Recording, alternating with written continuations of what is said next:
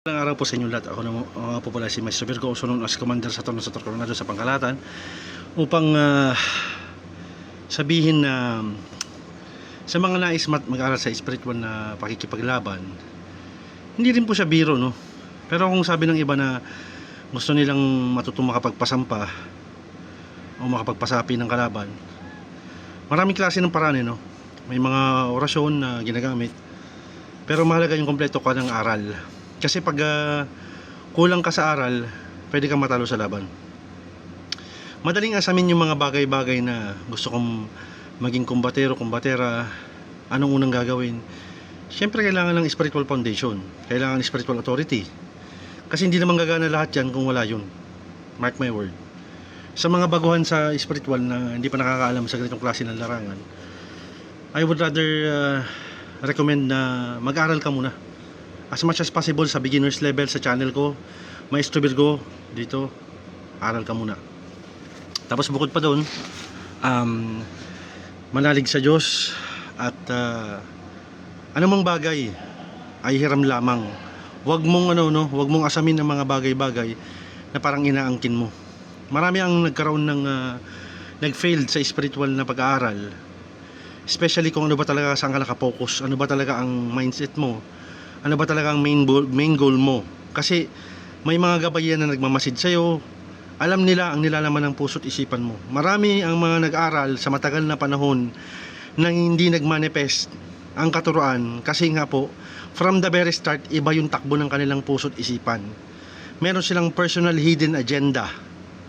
Pag yan talaga ang nauna, hindi ang common good, hindi ang dakilang layunin, sablay talaga kahit mag-aral ka pa na mag-aral kahit kasino pang maestro na magturo sa'yo.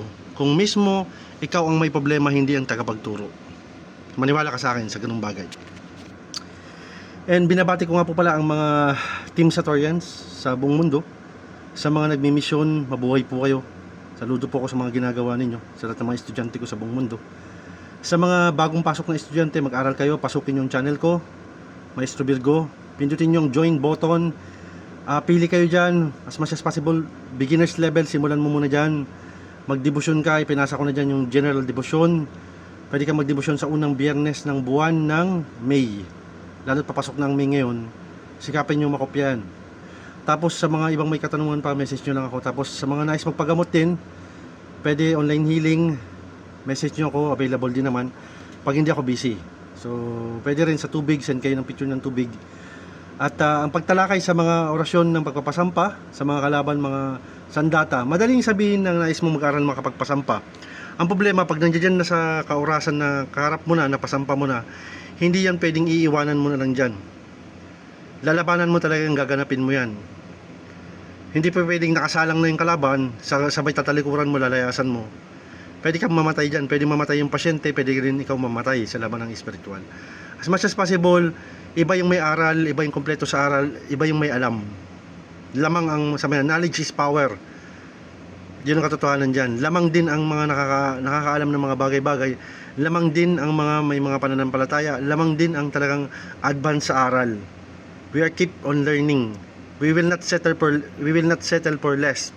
May mga tao na naging kontento sa kanila, mga kaisipan na sa tingin nila malakas na sila, makapangyarihan, pero kulang sa aral. So sayang lang, no? Sa unang bahagi nakapasa kayo, tapos pagdating ng araw, iba naman ang kaisipan ninyo. Sorry to say, pero ganun talaga yan. Parang yelo, matutunaw yan. Continuous learning, continuous guidance, continuous learning. Have faith in God Almighty, and believe, trust, and surrender, and the rest is history. Salamat po mga kapatid, and God bless po sa inyo sa lahat. Yan lang po ang mensahe ni Maestro Virgo sa lahat ng mga naririyan. Patungkol sa orasyon naman ng pagpapasampa, talakayin natin sa loob ng channel. Manood kayo, magkakaroon tayo ng mga isolation live. Salamat po, ingat po kayo.